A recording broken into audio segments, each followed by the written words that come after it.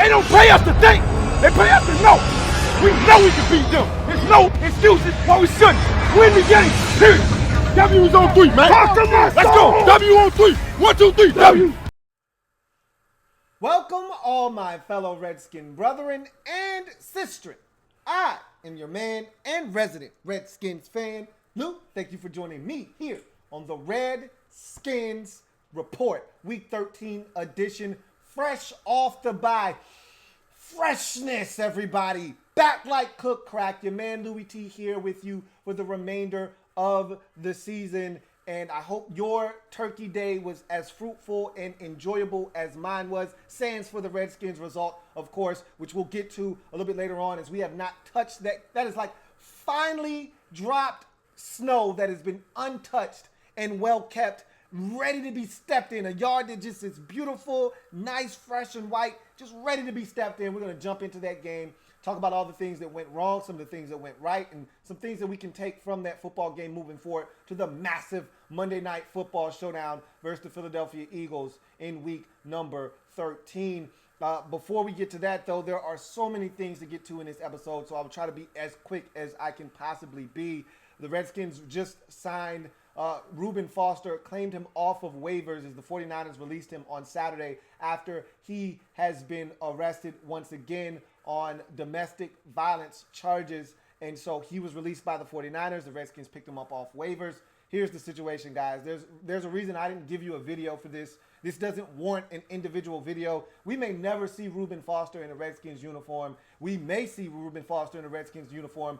I can tell you this much. It won't be in 2018. That is for certain. The Redskins have been told by the league that he is going to be put on the commissioner's exempt list, which means he can't come to games, he can't come to practice, he can't even be at the Redskins facility right now while they do their investigation into the latest domestic violence accusations. And this is a long line and laundry list of things that he's been involved in. A couple of them have been domestic violence situations, so the league is going to do their due diligence here to make sure that Reuben Foster isn't on the wrong end of this situation. If he, in fact, is, I think the Redskins have already issued a statement basically saying that, hey, we don't want any parts of that.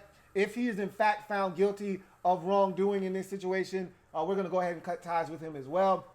But this is a low-risk, high-reward proposition for the Redskins. This was a guy that they liked, if you remember, in the draft a couple of years ago when he came out. Remember, he slid down the draft board. There were questions as to whether the Redskins would take him with their first round pick in that draft. They ultimately passed on him and ended up taking Jonathan Allen. And then you thought maybe the Redskins could trade back up into the first round and take him like the 49ers did. And there was a lot of speculation that the Redskins would trade back into the first round to try to get their hands on Reuben Foster. Ultimately, they stood pat, and the 49ers jumped back into the first round and got their hands on Reuben Foster and had their second first-round pick be another defensive player. So this is a guy the Redskins obviously liked, and he is an athletic freak. We know that when he's healthy. He's been healthy. Not enough for me, okay? He's been hurt a ton since getting into the league. When he's not injured, he's in trouble with the law. That's what it seems like it's been with Reuben Foster. So remember, there were injury concerns with him coming out of Alabama, had a stinger issue and a neck issue, and people thought that would be something that would linger throughout his career and maybe even shorten it to some degree. So again, that was part of the reason why he slid down draft boards. If you remember, he had the whole situation at the Combine where he got into trouble with one of the doctors there, ended up getting sent home. So there's a lot going on with Reuben Foster, has been since day one. Hell, before he even set foot in the league, we're talking Combine, this guy was getting into trouble. So there is a long period between now and the time where he'll actually see the field, if that is even in fact as a Watch the Redskin. Hence, there's no video coming from me because there's no reason to get excited. You're not going to see him in 2018. He's not going to impact this roster right now, even if he does play as a Watch the Redskin. You won't see him until next season at the earliest. And again, there isn't any guarantee that he will be a Watch the Redskin because, again, if there is any validity whatsoever to these domestic violence charges and accusations, I think the Redskins are going to just cut ties with him and keep it moving. So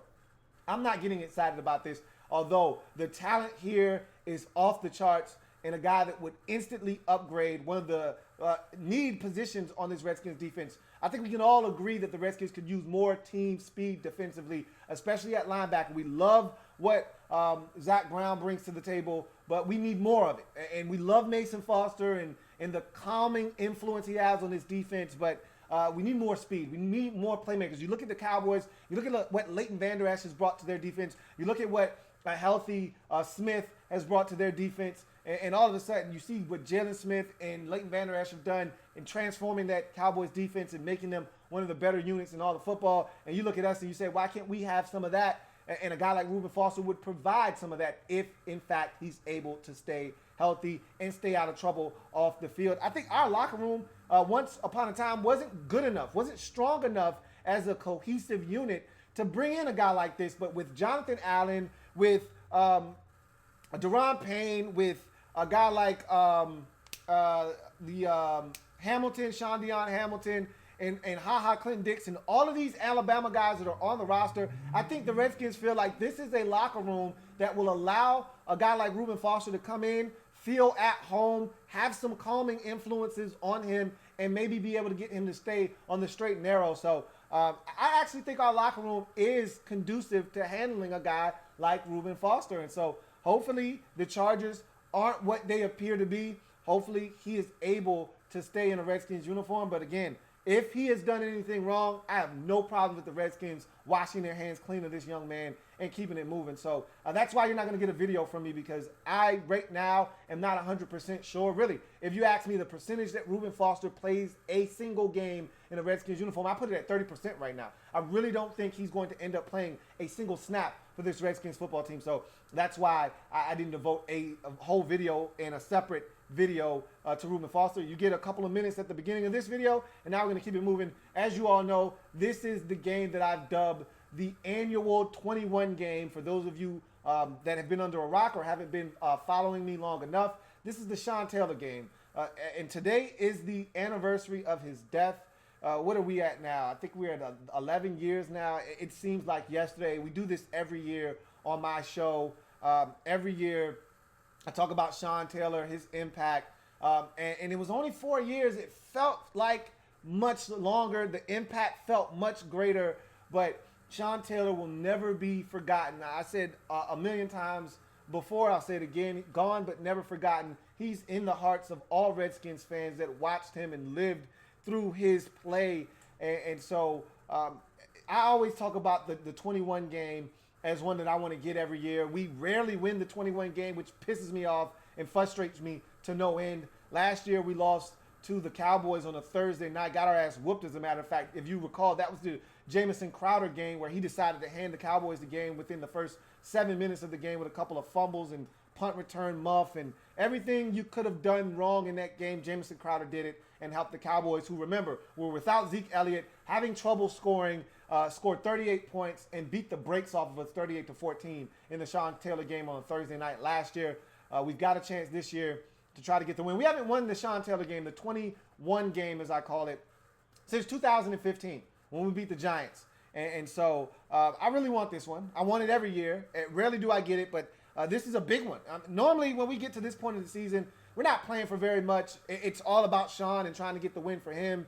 But this year we're actually playing for something. We're in first place going into the Sean Taylor game. Can't tell you how many times that's actually happened over the last 11 years since we've started this tradition here. But I can tell you this, feels good to be in first place, even though we're trending in the wrong direction. Seems like shit is kind of falling apart at the seams, but we've got a chance to right the ship. Could start on Monday night, maybe start after that. We'll see. But this season is not done by any stretch of the imagination. Yes, I was trolled very heavily by Cowboys fans after I came out with the GOAT McCoy video. And I was looking forward to seeing Cowboys fans really troll me after that. Whether we won or lost, I knew that was going to be a hit video, and it was. The Cowboys fans made sure that they showed up and talked mega trash, big trash, about not only Colt McCoy, but us as Redskins fans. And I took it right on the chin. I have no problem with that. I knew what I was doing when I put that video out. All I was trying to do was psych myself up, because I already told you guys what Colt McCoy is as a football player and as a quarterback. I told you that you were going to miss Alex Smith when he's gone. And I told you guys a long time ago that, yes, it wasn't pretty, but Alex Smith was going to help us win because he wasn't going to turn the football over. And if you put Colt McCoy in, and the turnovers started to come, it was going to change the dynamics of this football team. You saw it firsthand on Thanksgiving. We'll get to that in a second. But before we do any of that, and I know you guys are anxious to hear how I feel about the Thanksgiving game and the outcome and how we reached that outcome, let's first, though, get into some Redskins story time. And it's Sean Taylor's 11th anniversary of his death.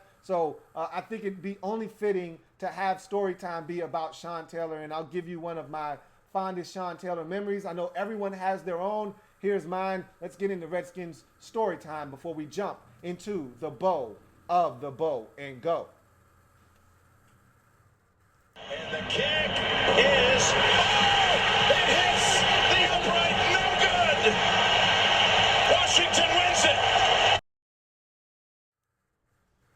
So, it was like yesterday when Sean Taylor was drafted in the 2004 NFL draft, and we all remember the whole conversation between, and remember, this was Gibbs 2.0. This was Joe Gibbs' first year back on the job. Everything was brand new to him. Free agency was brand new. The draft had changed drastically since the last time he had done it.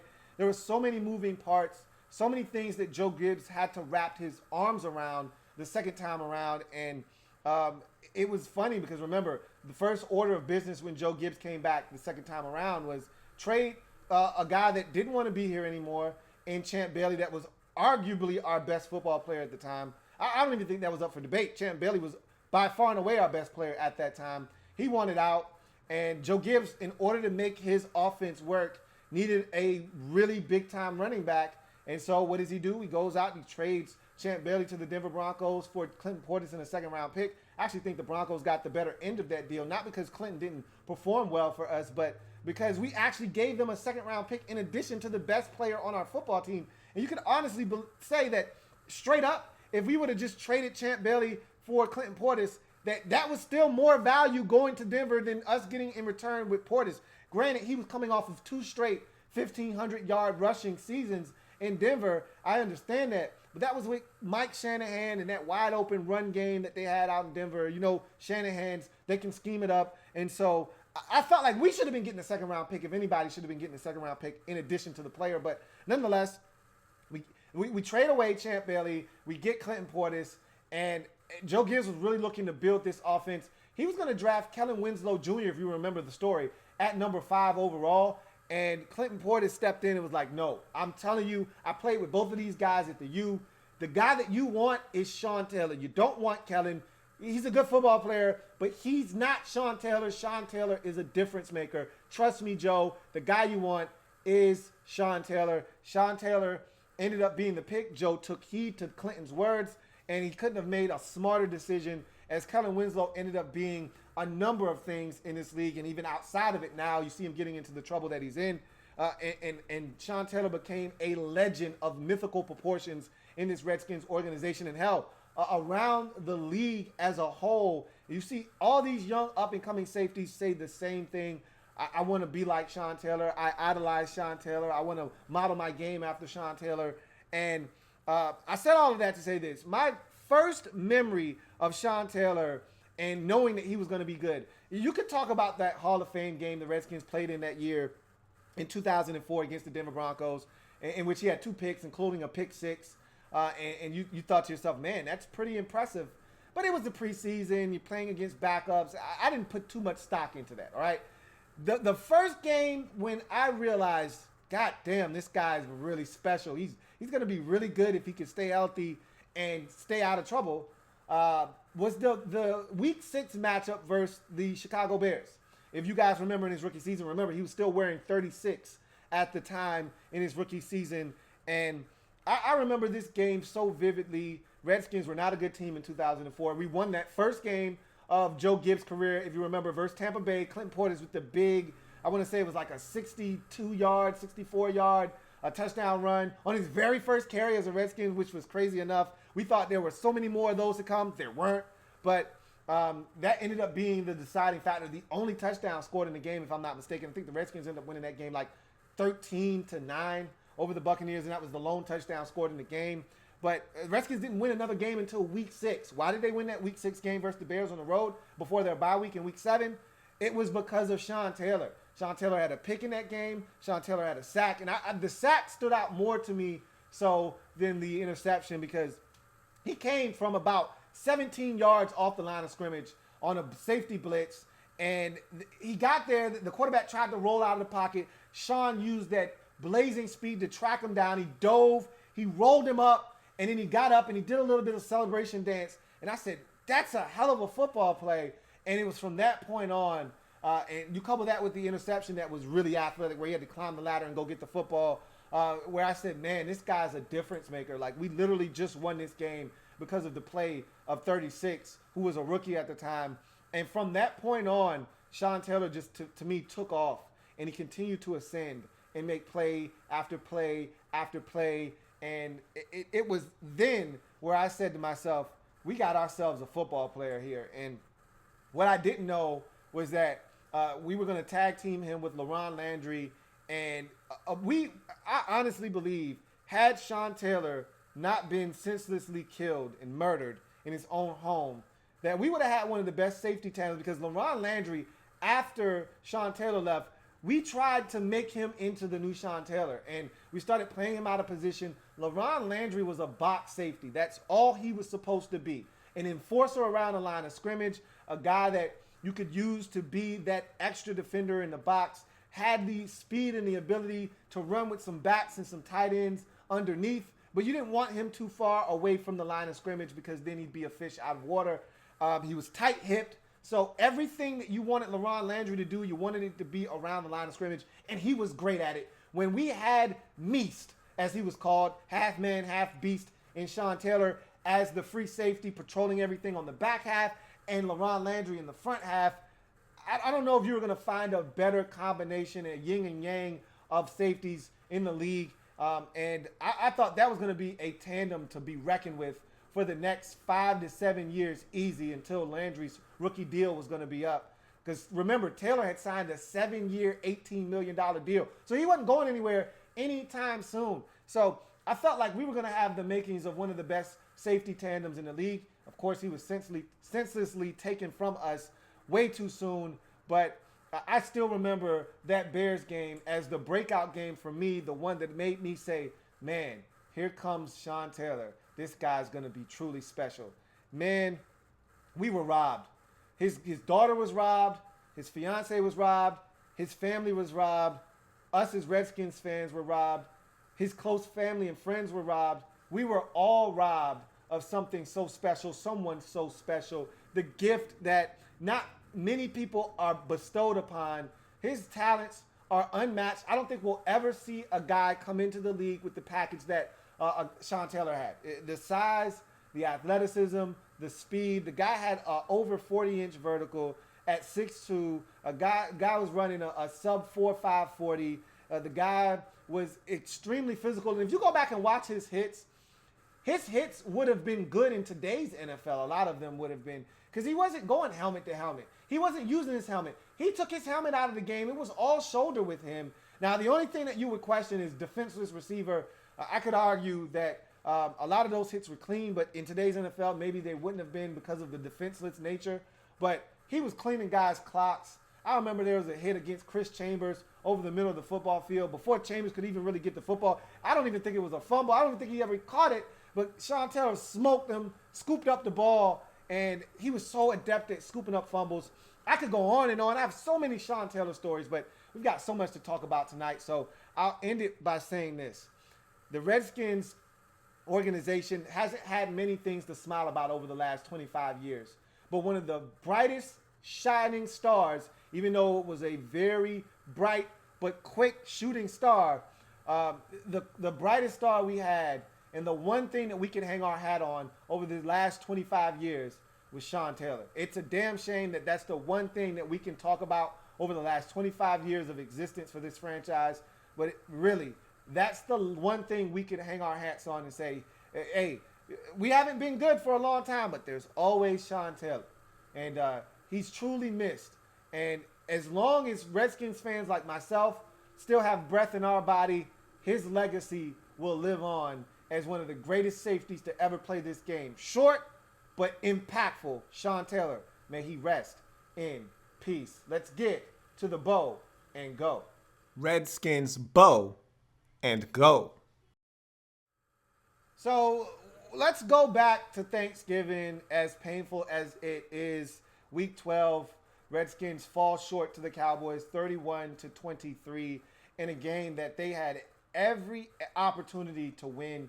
I really felt like after the Trey Quinn touchdown that we were going to win that football game. Really, at halftime, I felt good. Despite trailing at halftime 10-7, I felt so good about the Redskins at halftime. We got pressure on Dak Prescott. Ezekiel Elliott, he had some good runs in the first half, but he wasn't killing us. Thought we had some good stops. They weren't moving the football as effectively. I thought we moved the football, but we did have some mistakes, a false start penalty, an interception by Colt McCoy that killed the drive. But I felt like we were right where we needed to be to have a chance to steal this game. It was shaping up to be one of those Redskin games that we've won this season. Make it ugly, slow it down, win the game 20-17, 23-20. It was shaping into one of those types of games, and that's right where we wanted to be. That's right in our wheelhouse. And then there was a 7-minute stretch in the third quarter where shit just got away from us. I mean, Amari Cooper 40-yard touchdown. Even after that, I still was confident we were going to win the football game. And we moved it right down the field after that, if you remember. And then we get another stupid false start penalty on a 3rd and 1 that pushes us back to 3rd and 6. We don't convert. We ended up punting, and then you get the 90-yard touchdown, and then the interception, and then the Dak scramble touchdown, and then just like that, voila. It's 31-13, and you're asking yourself, what the hell just happened? I mean, we were just up 13-10, and now we're down 31-13 in the blink of an eye. But when you make the kind of mistakes we made in that football game, that's what happens. And like I said earlier in the season, with Alex Smith at quarterback, these mistakes were few and far between, which gave us a chance to win with Colt McCoy in the lineup. Look, I told you the offense is going to look better, and you can't deny the offense, especially the pass game. The run game, I don't know if it'll ever look like it did earlier in the season without Brandon Sheriff and Sean Laval and company. I think we're just going to have to come to grips with the fact that the run game is going to lack some of that substance and some of the punch that it had earlier in the season. Although I think we could be better at scheming up some runs. I think when Chris Thompson comes back, he'll give us a shot in the arm from a run game perspective. He'll also give us some different dimensions out of the backfield. He'll help this offense dynamically when he comes back because we're missing some of that punch from the backfield without him. And I actually thought that Capri Bibb should have gotten more touches in this past game because he looked to be a little bit more fresh than Adrian Peterson, who looked to be banged up. Remember, he left the game early with an injury. But let's start from the beginning of that game, and I'll quickly work my way through before I get to nitpick and then back to the go portion of Bow and Go. So early on in the game, I thought the Redskins, we did not look sharp defensively, similar to the Houston game. Remember, we came out against Houston, gave up the first 10 points of the game, then we settled in, and then we started playing competent enough defense to give us a chance to win. And we did the same thing in this game. We came out, Cowboys marched it right down the field on the opening possession. Zeke Elliott ends up getting in the end zone. It's 7-0, and you're saying, oh, shit, here we go again. But the Redskins came right back down the field on a drive of their own. We have a stupid false start penalty, kills that first drive, and then we have to punt. But the Cowboys were then slowed down. We were able to slow the pace of the game down, and we were able to grind them to a halt until Colt McCoy, Colt throws the interception on the first possession. And it was a bad read. It was a bad decision. Trey Quinn was not open. But if you're going to miss there, you can't miss with an underthrown football. You got to throw that one over the top and see if Trey Quinn can't run underneath. He didn't have anything there. He should have been throwing the football there. But in any event, he throws the pick. But we settled down. We settled in. Colt McCoy settles in. I thought he used his legs well, very well, especially early in the football game to escape some very problematic situations, to extend plays, to pick up yards, turn some negatives into positives. And ultimately, the Redskins ended up playing some defense. And I told my dad, because of course I was watching the game at my parents' house for Thanksgiving, and the family was there. And I was telling my dad that this is the formula for us beating you. What we're going to do is we're going to play defense. We're going to pin you deep. And once again, our punter, Tress Way, was the best player on our football team. Yet again. I mean, he did it again. Tress Way was exceptional in this game. It was his punts that led to Redskins scores. If you remember, the first touchdown was set up by a great Tress Way punt. Redskins down and inside the Cowboys' 10-yard line. You turn around, you get the 3-and-out stop. Cowboys punt from their own goal line. Redskins get a nice Trey Quinn return. The medicine man got us out to about the 41, maybe 42 of the Cowboys, or excuse me, our own 42. We had great field position. That led to the Colt McCoy 54, 52-yard strike to Vernon Davis. This is a beautiful play by Colt McCoy to slide to his left, extend the play, and then throw a dime to Vernon Davis, who had one-on-one coverage with the linebacker Wilson, and he smoked him and touchdown. And just like that, we're knotted up at 7, and it's a different ball game, and you feel good. Preston Smith was outstanding in the first half. Ioannidis was great until he got injured, and we were getting pressure. And before you know it, we had opportunities, but we weren't able to cash in. Cowboys get a field goal. Redskins do a great job. Give Jay Gruden some credit for using his timeouts correctly to get us the football back before the end of the first half to give us a chance. We went 3 and out. Cowboys tried to go do something. Preston Smith with the sack to end that threat of them scoring maybe another field goal before halftime. It's 10-7. I felt great about where we were. I thought that if we could continue this same pace, we were going to find a way to win this football game. And sure enough, we come out in the third quarter. We get a stop because the Cowboys, actually, we got the football first, but the Cowboys were able to get the stop, come out. We got a stop against them. We got it back again. Tressway with another beautiful punt. This time, we down it inside the 5-yard line. Cowboys are backed up on their own goal line. We're able to get the 3-and-out stop. This time, the medicine man gets us all the way into Cowboys territory with about a 25-yard, way, by far and away, our best punt return of the season. He's come in and interjected life to our returns game. And just like that, we were in the end zone with Trey Quinn himself, the medicine man, doing it all with the touchdown grab. And just like that, we're up 13-10. Missed extra point by the field goal kicker. And D-Hop, come on, bro. I'm not sure if that one missed or not. It doesn't matter. Don't make it close. That's the second year on Thanksgiving in a row where you had a questionable field goal attempt, extra point field goal, what it may have you, that goes over the upright. We can't tell if it's good or not. They call it no good. God damn it, make the points. I don't know if that was a turning point or anything like that. I don't really buy too much into that. I don't put too much stock into him missing and it being a momentum killer or anything like that. But you got to make the goddamn extra point. Anyway, it's still 13-10. We're up. I feel great about where we are. We get another defensive stop. And Tressway, we move the football down the field, but we can't convert. Tressway pins them again inside their own territory. They got to drive the length of the field. This time, they're able to do that. And then on a simple little matter of fact, we don't get to stop. After the touchdown, we didn't even get to enjoy that lead for very long. We kick off the football to them. They move it right down the field. And then, boom, you get the 40-yard Cooper touchdown where Quentin Dunbar slips. He did not look himself. We'll talk about that more when I get to nitpick. But he slips and falls on the play. Off to the races. Amari Cooper goes. No one can catch him. Okay, it's 17-13. That sucks, but okay. I felt good about where we were. We actually got the football after that, moved it right down the field, and then you get the Jeremy Sprinkle, Mo Harris false start. Come on, guys. It's 3rd and 1. Hold your water. That's the second false start we had on 3rd and 1 to kill a drive. We had one in the first half. This one was even more backbreaking than the one in the beginning of the game because we needed to answer at that moment. Even if it was only a field goal, which we were pretty much in field goal range at 3rd and 1. And I had already told my dad that this is 2-down territory. If we didn't convert on 3rd and 1, let's say we ran it and we got stuffed, we were going to go for it on 3rd and 1. I'm convinced that Jay was going to roll the dice in that situation. But the false start penalty pushed us back to 4th and 6. And at that juncture, with the way Tressway was punting and the way the game had gone, our 2 scores had come off Tressway punting the football, pinning the Cowboys deep in their own territory, us getting 3-and-out stops, and then subsequently getting great field position after the Cowboys had to punt. And that's how we had scored our 2 touchdowns. I had no problems with Jay electing to bypass the field goal, electing to bypass going for it on 4th and 6, and kicking the football off and punting. And so all we had to do was get another stop. Instead, we give up a 90-yard, no pass rush on this play whatsoever. Dak had all day to build a house. He went through about 19 progressions and then found Cooper running in the middle of zone coverage. And you get a situation where Moreau had a chance to make a tackle. He misses. I don't know what the hell Ha Ha Clinton Dix was doing, but that shit wasn't funny. And next thing you know, Amari Cooper's off to the races again. Nobody can catch him. And that's where you get the clear shot of Dunny looking like he's done. Dunny looks done at that point and should have been removed from the football game.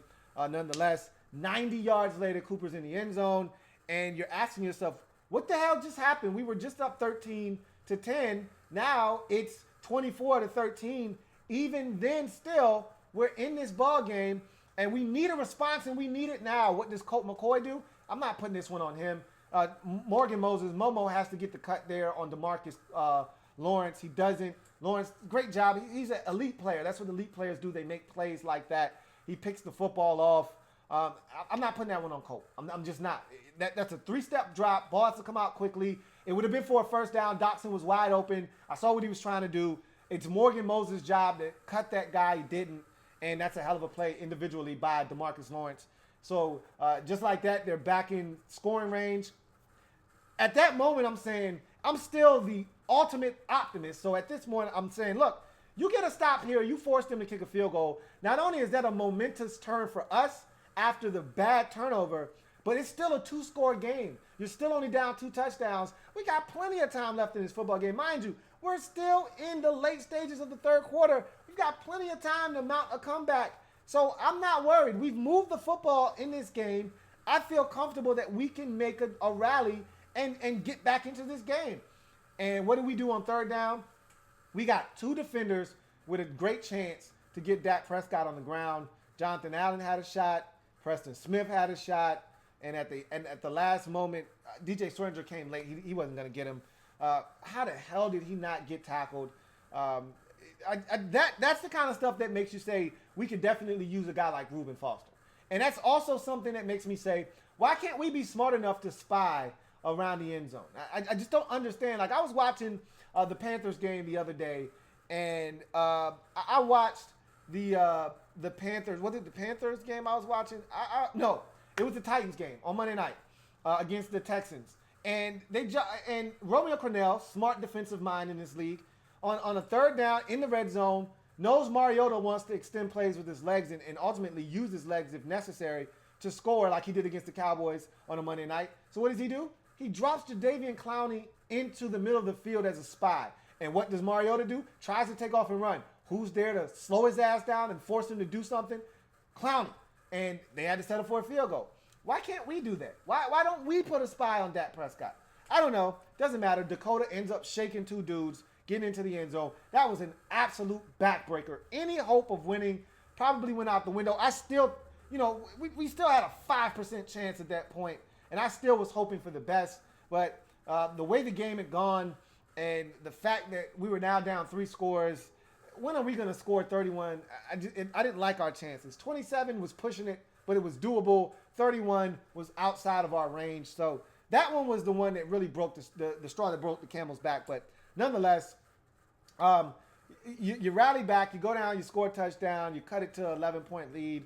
You're able to get a stop that you need, and you move it back down the field, and you've got plenty of time. You got timeouts, everything in front of you, and Colt McCoy throws just an awful ball. I mean, when it came out of his hand, I said, duck!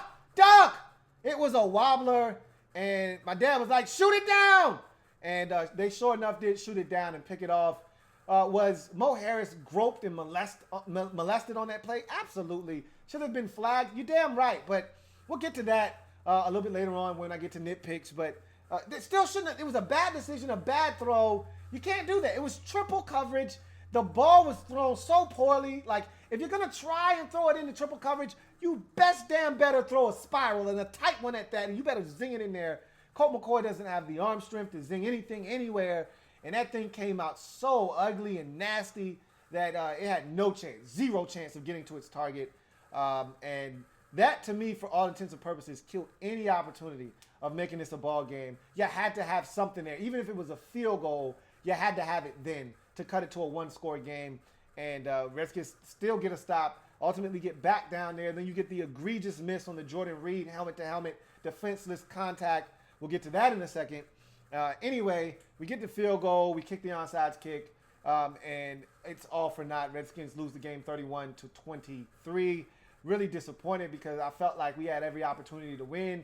And a 7-minute stretch with poor tackling and mistakes pretty much did us in this game. You go from 13-10 up in this game midway through the third to down 31-13 in what seemed like a blink of an eye. I literally sat there speechless with my mouth open, and I was just floored at what happened, and I couldn't even fathom. Like, I was still trying in my brain to actually put the pieces together as to what just occurred. Because again, as I just mentioned, we were just up by 3. How the hell are we down 18? It just didn't make any sense to me. But when you make mistakes, when you don't do the fundamentally things, when you aren't fundamentally sound and you don't do the fundamentals right, these are the things that happen to you against a team that probably is better than you when it's all said and done. And so we lost the football game. Disappointed is not a strong enough word for how I felt on Thanksgiving. And I was talking so much trash going into that game to my dad and my sister. I mean, I brought out the brooms. I was sweeping their feet. I mean, I was on one. And boy, did I have to I had to take one on the chin there, man. I ate some crow that day and night. And it is what it is. So we go from the bow of that game to some nitpicks before we move on to the goal of the Monday night game versus the Philadelphia Eagles. So let's get to some nitpicks real quick. Came through picking. Nitpick. Came through picking. Nitpick. All right, so my first nitpick from the Week 12 matchup versus the Cowboys, Dunny on the field with one leg. Like, at some point, the coaching staff has to take a notice at the fact that Dunny is giving it all he's got. And I was so excited to see him out on the field. I was really thinking that he was back, he was healthy, he was ready to rock and roll. And what we have to understand and what we have to face is the fact that he's got nerve injury. He's got nerve damage going on right now. And with nerves, you just don't know. And I don't think he'll ever be 100% healthy this season. We probably won't see the best of Dunny until next year again. And that's a shame because he was playing such good football. And with him in the lineup, it changes our defense drastically. What we can do, you can be more aggressive on the run with Dunny out there at the other corner opposite of Josh Norman. With him out of the lineup, you got to be a little bit more cautious with what you do. You a lot of times want to keep 2 safeties back. You definitely have to keep one. You can't be over aggressive in stopping the run. In any event, after that first touchdown, I could tell you that Dunny was done. He needed to come out. When he slipped on that simple slant, okay, that's all it was a simple dig, slant. You call it what you want. Cooper broke him off a little bit, but he wasn't right. He couldn't run after the slip. He should have been taken out then and there. They leave him in. On the 90-yarder, you could see him in the background, faint in the background, trying to muster whatever strength he had to run. He couldn't run. And it should have cost us again. It should have cost us again because if you remember, after the Cowboys took that 31-13 lead and we cut it to 31-20, they had a shot down the sidelines and Dak Prescott just missed. Down the sidelines to Michael Gallup, who beat Dunny because Dunny couldn't run. And if Dak Prescott puts that football out in front of Gallup, it's another 90-yard touchdown. Instead, he underthrows it. Dunny's able to get back into play, get a piece of the rock, and knock it away. That should have been another big play and another big touchdown. Dunny couldn't run. Why was he in the game? That's a nitpick. Coaching staff got to see that he's not right. And I know the other options aren't great, but they're healthy. Get him in there and get him out of there. Speaking of which, perfect segue. Why didn't J-No travel in this game? After 2 straight strong performances against some of the league's best, in Mike Evans, Mikey, 2 weeks ago versus the Bucks in a win, and against Nuke last week in a game where you looked at, you said, damn, Nuke 5 catches, 50 whatever yards, a touchdown. That ain't shit for what Nuke be putting up on a weekly basis. You saw what he did to the Titans on Monday night, carved him a new asshole. That's what he does on a weekly basis. J-No was in that man's head. He was in his hip pocket. And I thought J-No deserved the right to follow around Amari Cooper and shut his ass down or at least get the chance to. And I know Cooper had a couple of catches on Norman early in the game. And I think the Redskins got caught up in Dunny's back. So we don't have to travel J-No. We've got guys that we have confidence in on both sides. I think that they should have been in the mindset of Dunny's back, but he's not 100%. Let's roll with J-No. He's got the hot hand right now. Let him shadow Cooper. And if you feel good about Dunny, guess what? Michael Gallup, nothing to sneeze at. Let's take his ass out of the game. Wherever Gallup goes, Dunny will be checking him or whoever's on the outside. Dunny will check the other guy and shut his ass down. And I would have felt much better about that. That's a nitpick for me. After the first touchdown, Norman should have been on him exclusively the rest of the game. It wasn't until the 90-yarder that he put up against Moreau where they said, all right, Norman, you're traveling. It's too late now. We got beat for 40 and 90. 2 plays, $130. The man had 8 catches for 180 yards. Should have been on him from the jump. I think that was a mistake, but it is what it is. Tackling. For the second time in 3 weeks, tackling is a major issue for this defense. Something that we did not struggle with at the early portion of this season. But against the Bucs, the tackling might have been the worst it has been all season.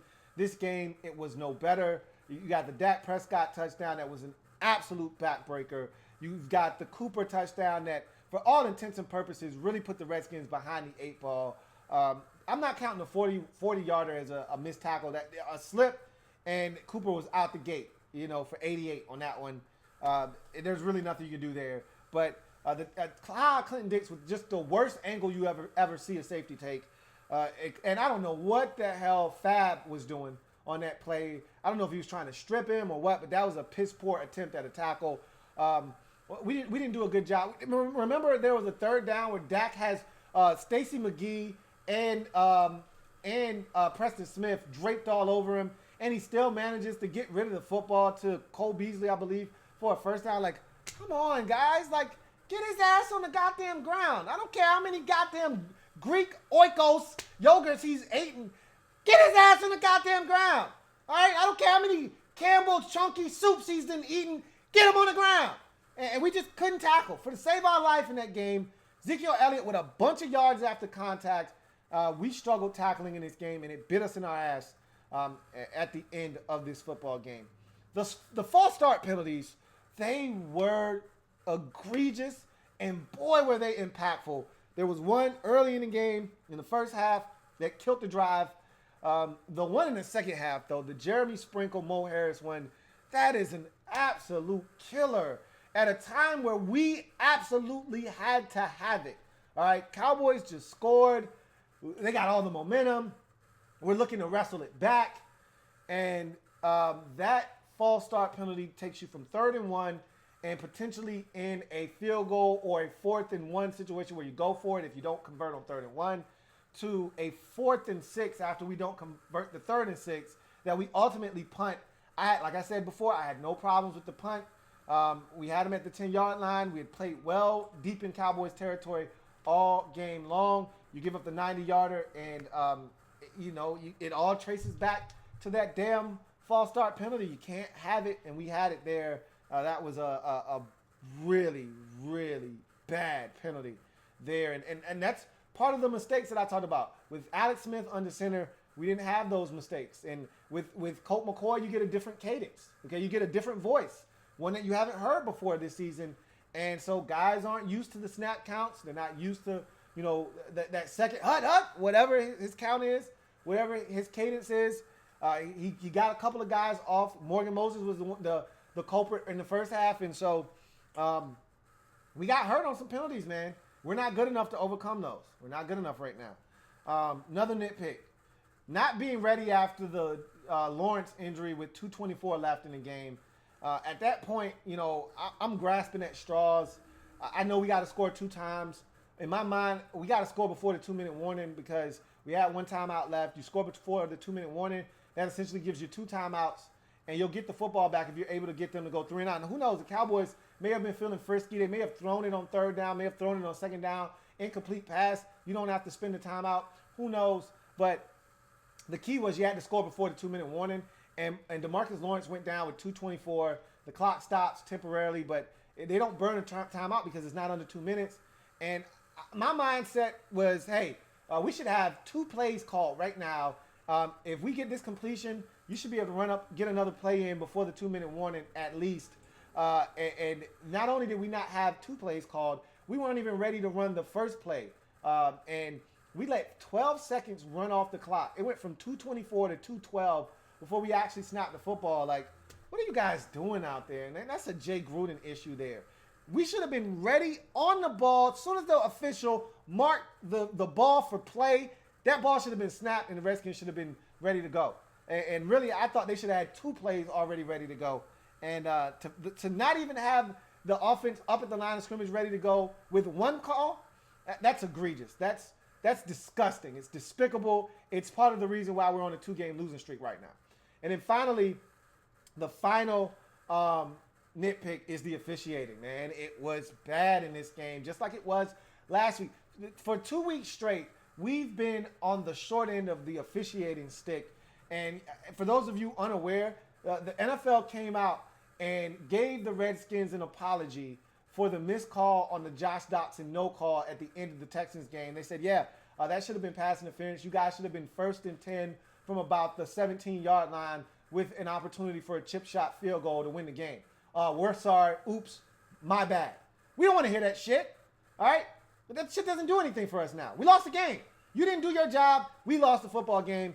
And you look at this game, and there was a ticky-tack call on Fabian Moreau that gave the Cowboys a first down on a 3rd down, similar to the Josh Norman nonsense the week prior against the Texans that cost us on the 3rd down. That allowed the Cowboys to eat up some very precious time off the clock, forced the Redskins to spend some more of the timeouts.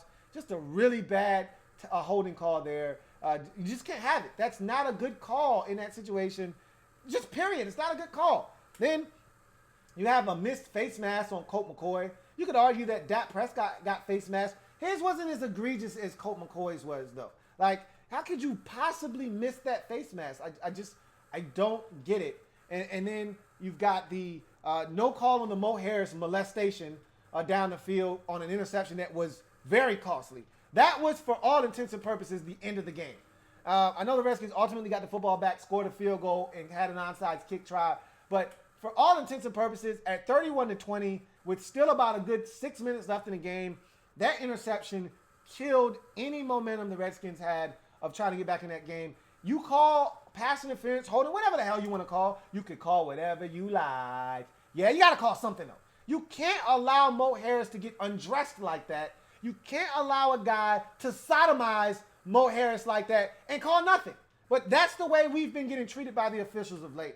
And this was not the reason we lost this game. That's why I put it on nitpick and not in the breakdown on the bow portion of it, because we didn't lose the game because of officiating. We lost the game because we couldn't stop the run. We lost the game because we allowed Amari Cooper 8 for $180 and 2 touches. We lost the game because Colt McCoy should have thrown 5 interceptions instead of the 3 that he originally threw. He should have thrown 2 more. If Doctson doesn't break one up before halftime, and if one of the Cowboys defenders in the corner of the end zone could catch, then he would have 5 interceptions. So we lost the game because we turned the damn football over. We had untimely penalties. We had too many mistakes, and we couldn't stop the Cowboys on offense when we needed to stop them. And that's why we lost this game. But the officiating didn't help us at all. And so that pisses me off as well.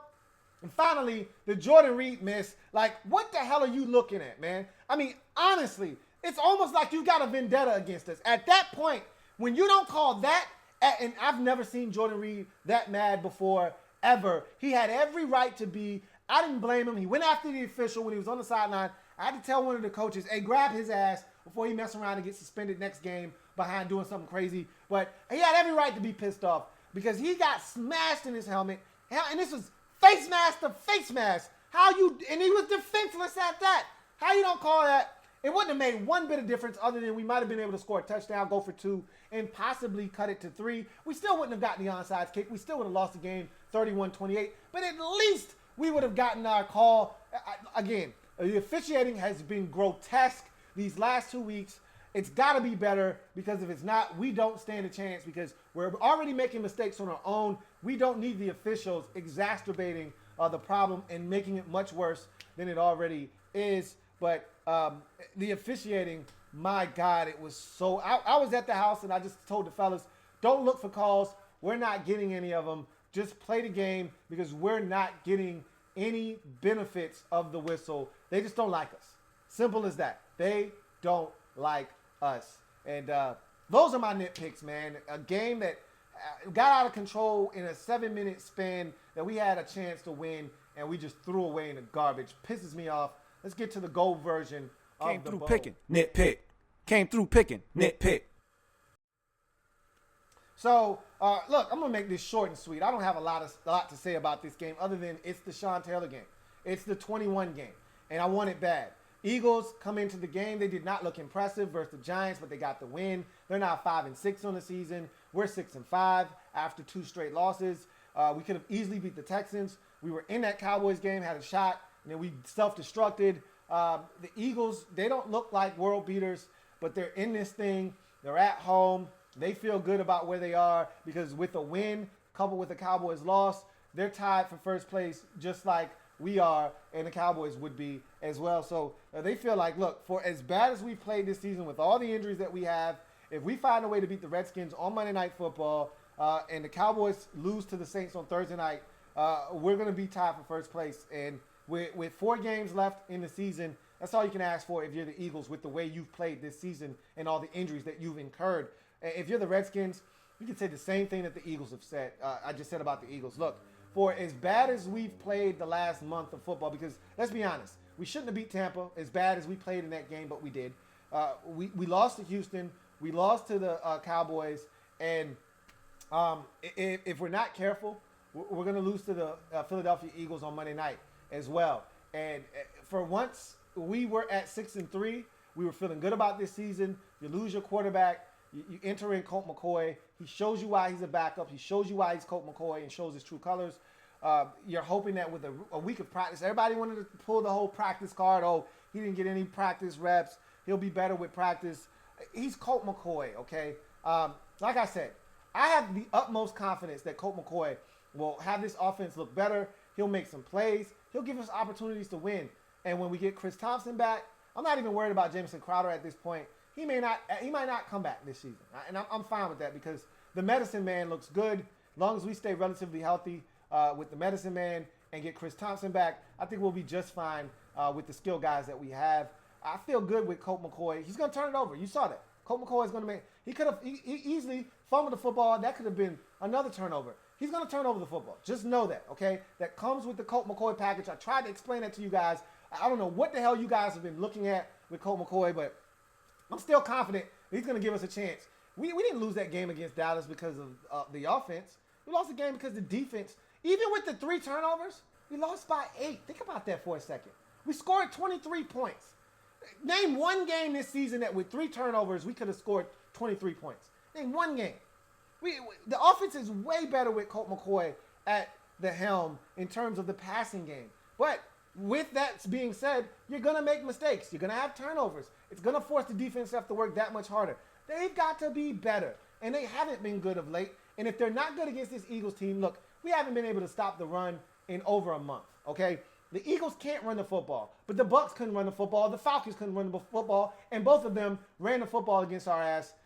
And so I'm not confident that we'll stop the Eagles' rushing attack. I'm not confident that if Dak Prescott's fat ass can outrun our guys and juke guys and get into the end zone, what the hell do you think Carson Wentz is going to do? Like, I have zero confidence in our ability to stop that Eagles offensive attack. Meanwhile, defensively for the Eagles, I think they're going to be able to get pressure on Colt McCoy. I know we can take advantage of their secondary. Their secondary stinks right now. But who are we to say that we're not going to turn it over 2 or 3 more times and the Eagles aren't going to come out victorious? I'm going to tell you right now, we just got to win 3 games down the stretch to probably win the division. 2 of those 3 wins need to be in the division. That means you got to split with the Eagles and you got to beat the Giants. If you can win your 2 final games at home in the division versus the Giants and the Eagles, and one of those AFC games, really I want both, versus Tennessee and Jacksonville to get us to 10, but I don't want to look that far ahead. If we can just find a way to split with the Eagles, and I can care less where we get it at, home, away, who gives a shit, just get one, then I think we'll be okay. But I said all of that to say this. Let's get to the final outcome, and then we'll finish this thing up. It's the final outcome. Whoa, yeah.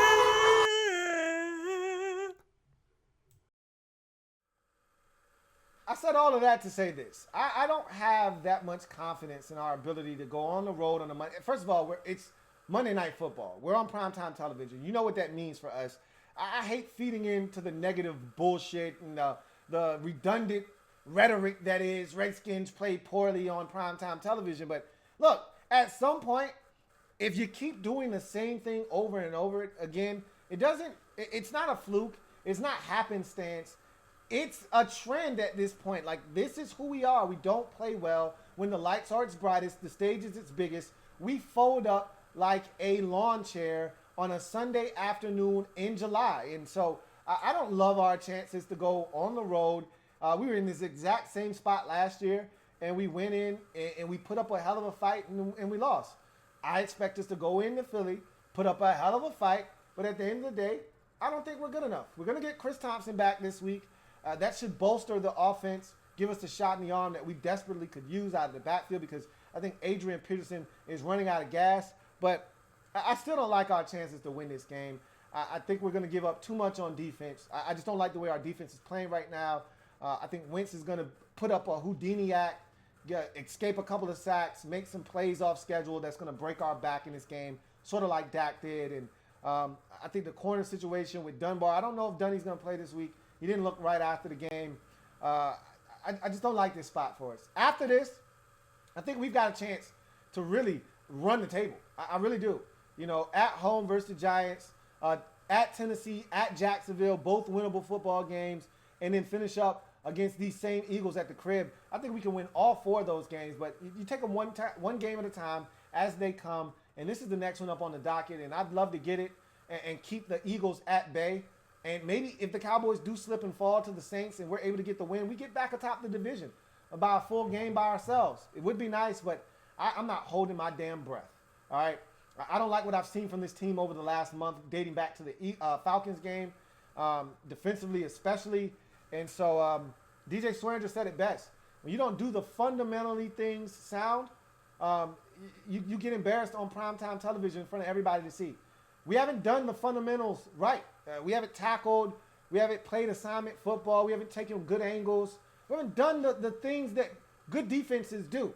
And so because of that, I think the Philadelphia Eagles get the best of us on Monday Night Football, drop us to 6-6, make it 3 straight losses for our Redskins, and puts us in a situation where Week 14 matchup versus the New York Giants is essentially your season.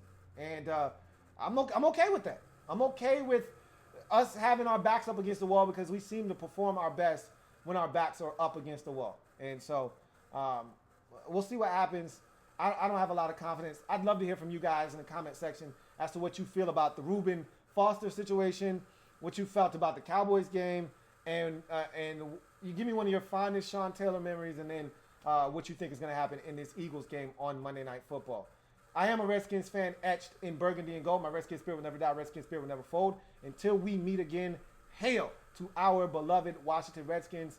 I will catch you guys later on in the week. So much to discuss. So much to catch up on. Feels good to be back. Feels good. Feels good. Hopefully, it'll be with the Redskins victory. Hopefully, I will be wrong, but I don't think I'm going to be wrong. I've got an eerie feeling about this one on the road against this Eagles football team. Nonetheless, I'm your guy, Louie T, signing off. I'll see you next time. Have a good one.